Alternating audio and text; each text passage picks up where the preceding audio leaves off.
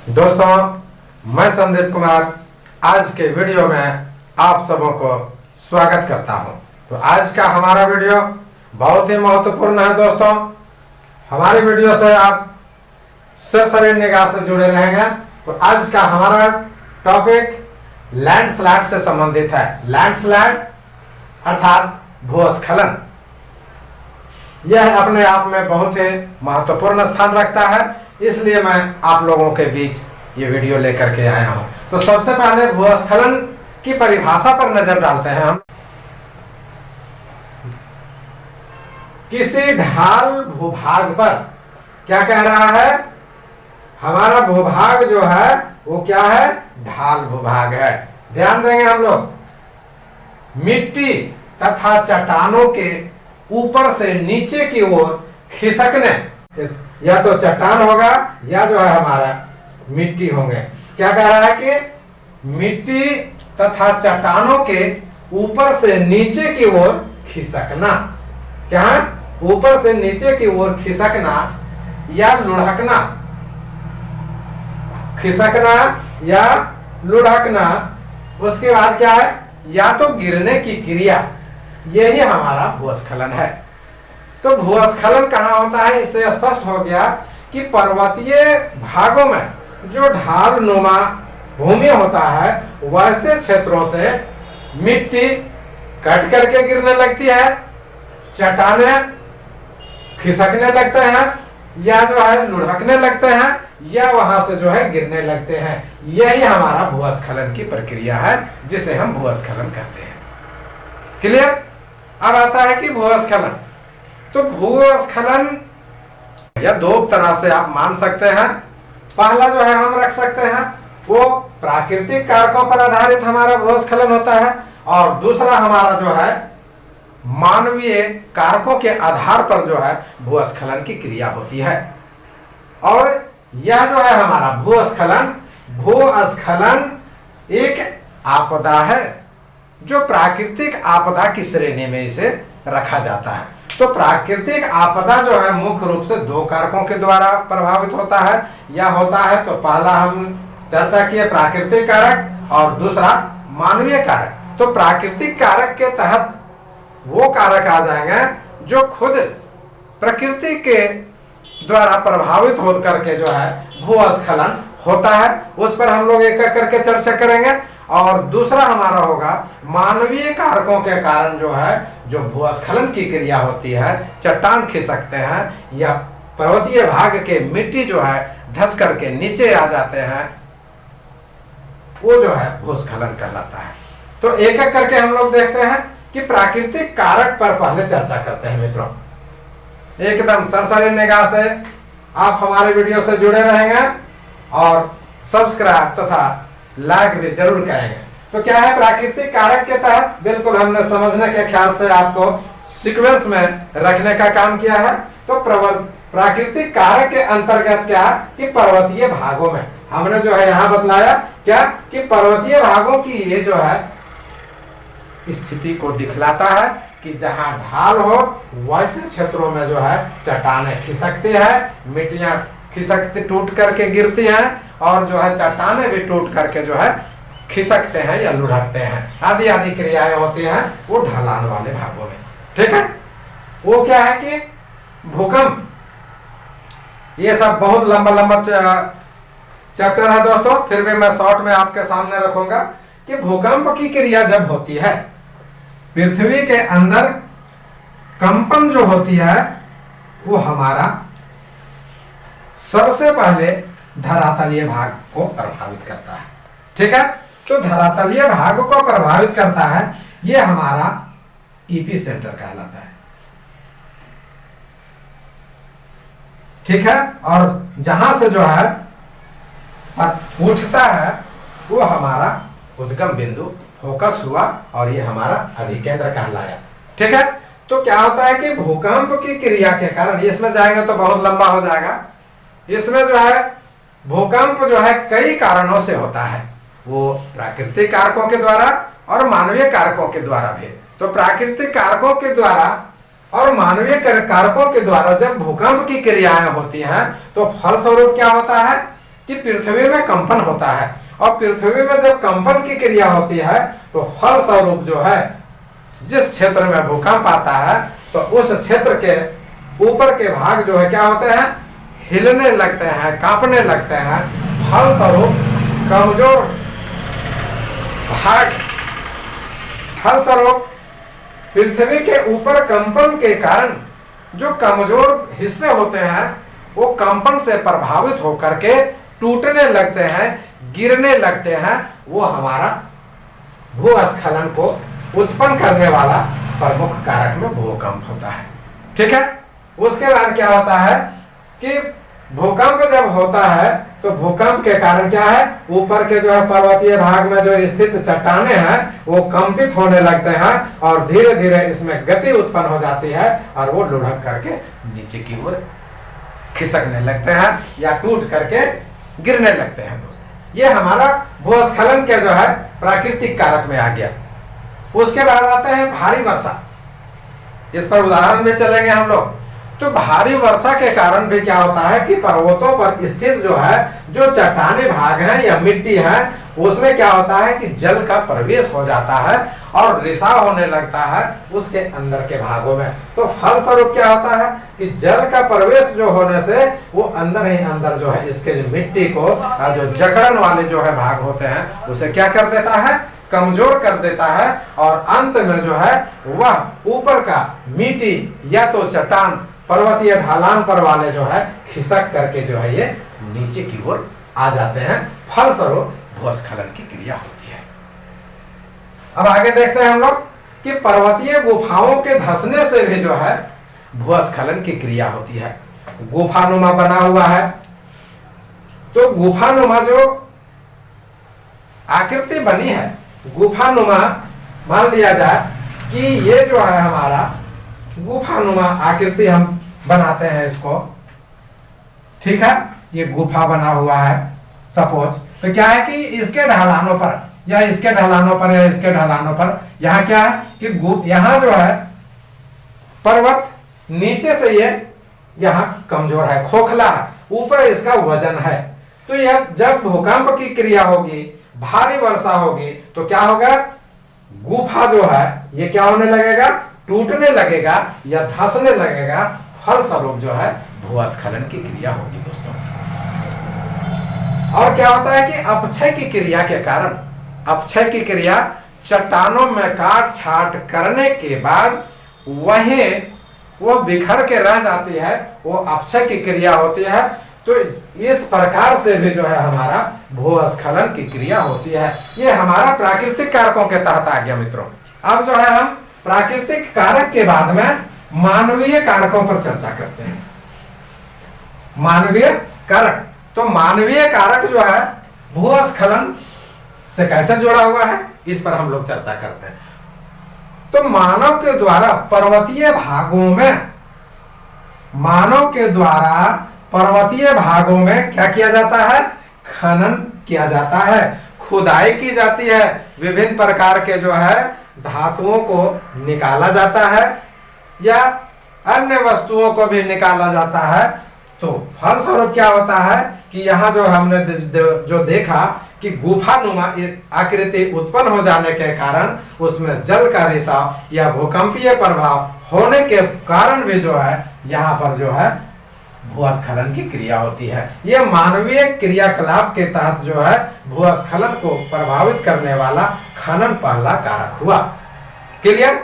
अब आगे चलते हैं हम लोग। बृहत स्तर पर निर्माण कार्य, वर्तमान समय की यदि चर्चा किया जाए तो विश्व का कोई शायद ऐसा हिस्सा ना बचे जहां मानव का बसाव हो, क्योंकि दिन प्रतिदिन विश्व की आबादी काफी बढ़ते जा रही है। फलस्वरूप लोगों को विभिन्न प्रकार की आवश्यकताएं बढ़ते जा रहे हैं। विभिन्न प्रकार की आवश्यकताएं की पूर्ति के लिए उन्हें कुछ ना कुछ करना पड़ता है, अपने जीवन को जीने के लिए या आर्थिक क्रियाकलाप के लिए जो है उसे जो है कुछ ना कुछ करना पड़ता है। फलस्वरूप क्या है कि विश्व के कोई भाग अछूता नहीं रहता है। तो यहाँ पर हम देखते हैं कि बृहद स्तर पर बड़े पैमाने पर निर्माण कार्य किए जाते हैं। पर्वतीय क्षेत्रों में भी देखें आप तो पर्वतीय क्षेत्रों में भी जो है घर बनाए जाते हैं, मकान बनाए जाते हैं बड़े बड़े। उसके बाद में क्या है कि वहां भी जो है दर्शकों को ठहरने के लिए या अन्य क्रियाकलाप के लिए भी बड़े स्तरों पर घरों का निर्माण किया जाता है।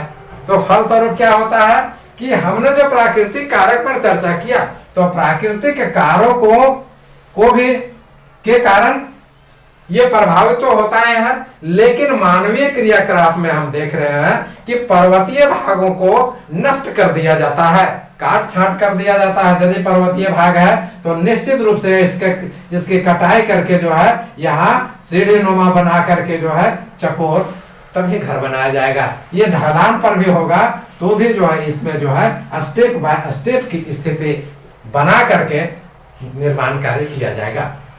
नंबर 1 हो गया।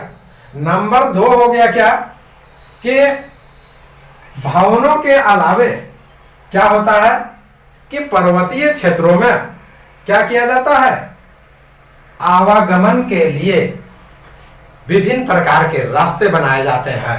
इसमें जो है कच्ची से पक्की रास्ते का निर्माण किया जाता है। फलस्वरूप क्या है कि पर्वतीय भाग का पर्वतों पर स्थित चट्टानों को काटा जाता है, वहां की मिट्टियों को हटाया जाता है। फलस्वरूप जो है भूस्खलन की स्थिति उत्पन्न होती है। बिजली ले जाने के लिए भी बड़े बड़े खंभे गाड़े जाते हैं।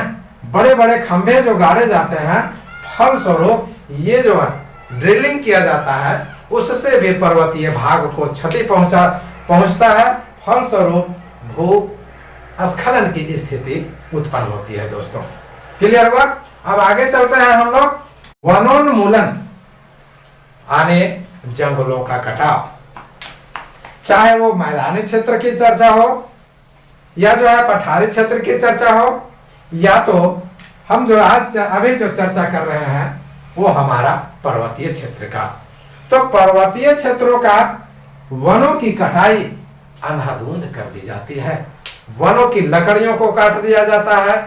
वन में जो भी जकड़े हुए, जो चट्टानों को जकड़े हुए हमारे जो है चट्टान को जो जकड़े हुए जो है पेड़ पौधे हैं, उसे क्या कर दिया जाता है, काट दिया जाता है। स्वार्थवश या तो आर्थिक संपन्नता को प्राप्त करने के लिए, या भवनों को बनाने के लिए, या यातायात की सुविधा के लिए, या जो है बिजली के खंभे आदि निर्माण के लिए।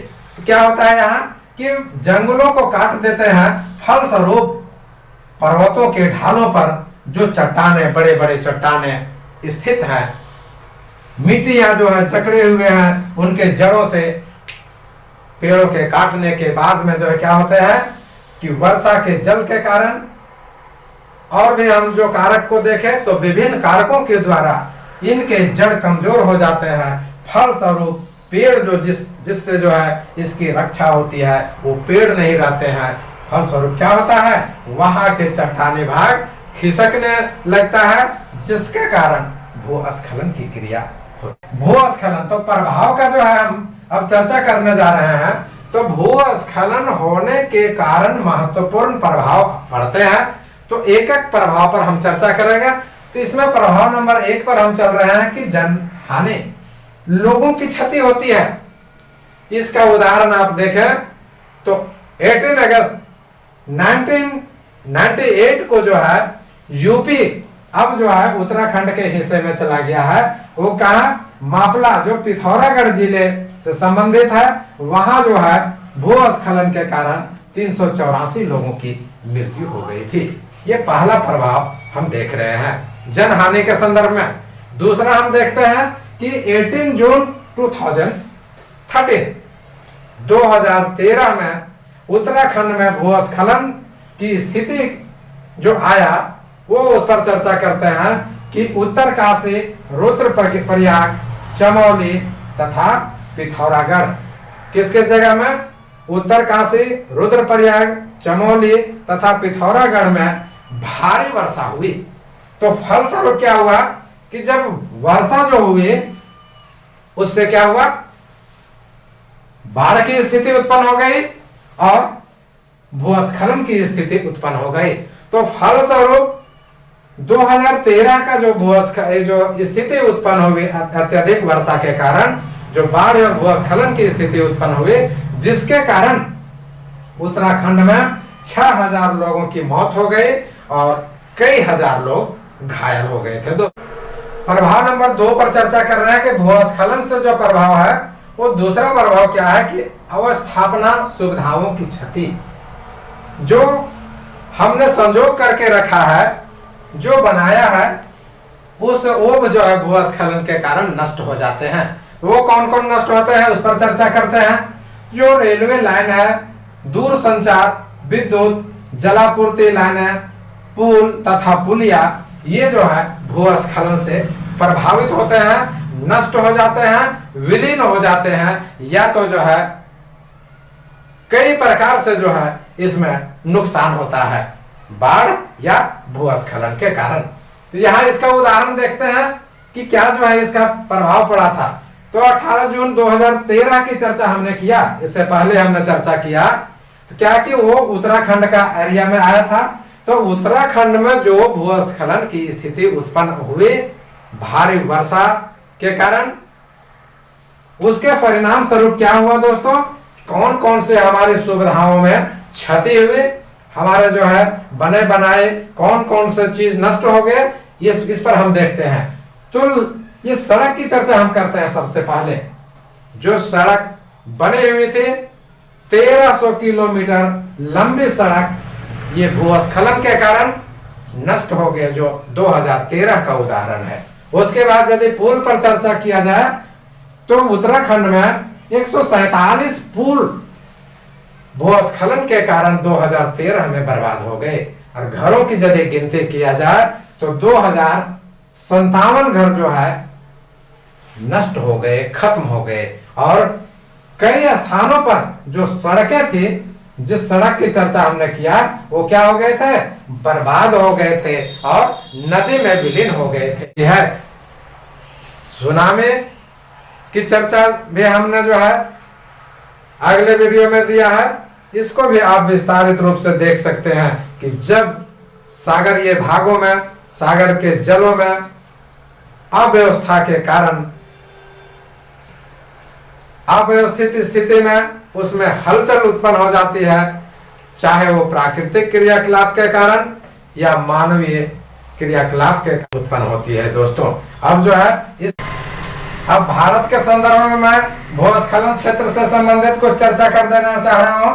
तो भारत के संदर्भ में मुख्य रूप से 2 क्षेत्रों में, इसे जो है 2 भागों में बांट करके इसे हम देख सकते हैं कि पहला जो है हमारा हिमालय के पर्वतीय क्षेत्र और दूसरा पश्चिमी घाट तथा नीलगिरी पहाड़ी का क्षेत्र को जो है भूस्खलन क्षेत्र में जो है शामिल किया जाता है। तो हिमालय पर्वतीय क्षेत्र, उसमें जो है हम देखते हैं जम्मू कश्मीर, हिमाचल प्रदेश, उत्तराखंड तथा पूर्वोत्तर भारत की चर्चा करें तो अरुणाचल प्रदेश, नागालैंड, मणिपुर, मिजोरम, मेघालय के पर्वतीय भागों में अधिक वर्षा के कारण पर्वतीय भागों के चट्टानें या तो मिट्टियां खिसक जाती हैं, फलस्वरूप जो है यहाँ भूस्खलन की स्थिति होती है। और ठीक इसी प्रकार से यहाँ पश्चिमी घाट और नीलगिरी पर देखें तो पश्चिमी घाट और नीलगिरी पर वनस्पति विहीन और लेटेराइट मिट्टी से ढकी खड़ी ढाल है। फलस्वरूप जो है यहाँ क्या है कि भूस्खलन की जो है स्थिति उत्पन्न होती है। तो यहाँ पर ये हमारा पश्चिमी घाट और ये हमारा पूर्वी घाट, और जो है आप इधर से आप ले लें तो ये हमारा हिमालय का एरिया। बाकी जो है यहाँ दार्जिलिंग को ले सकते हैं और इधर वाले जो है आप एरिया को छोड़ दें। यही जो है हमारा मुख्य रूप से जो है 2 क्षेत्र जो है, ये हमारा हिमालय पर्वतीय क्षेत्र पूरब का क्षेत्र और हमारा जो है ये पश्चिम घाट और नीलगिरी की स्थिति वाले क्षेत्रों में जो है दोस्तों भूस्खलन की क्रिया होती है। तो इस प्रकार आज हमने जो है आपके सामने भूस्खलन से संबंधित वीडियो दिया। हमारा वीडियो कैसा लगा आप सब्सक्राइब, लाइक तथा दोस्तों को शेयर कर जरूर बतलाएंगे और हमें कमेंट भी करके बतलाएंगे दोस्तों। बहुत बहुत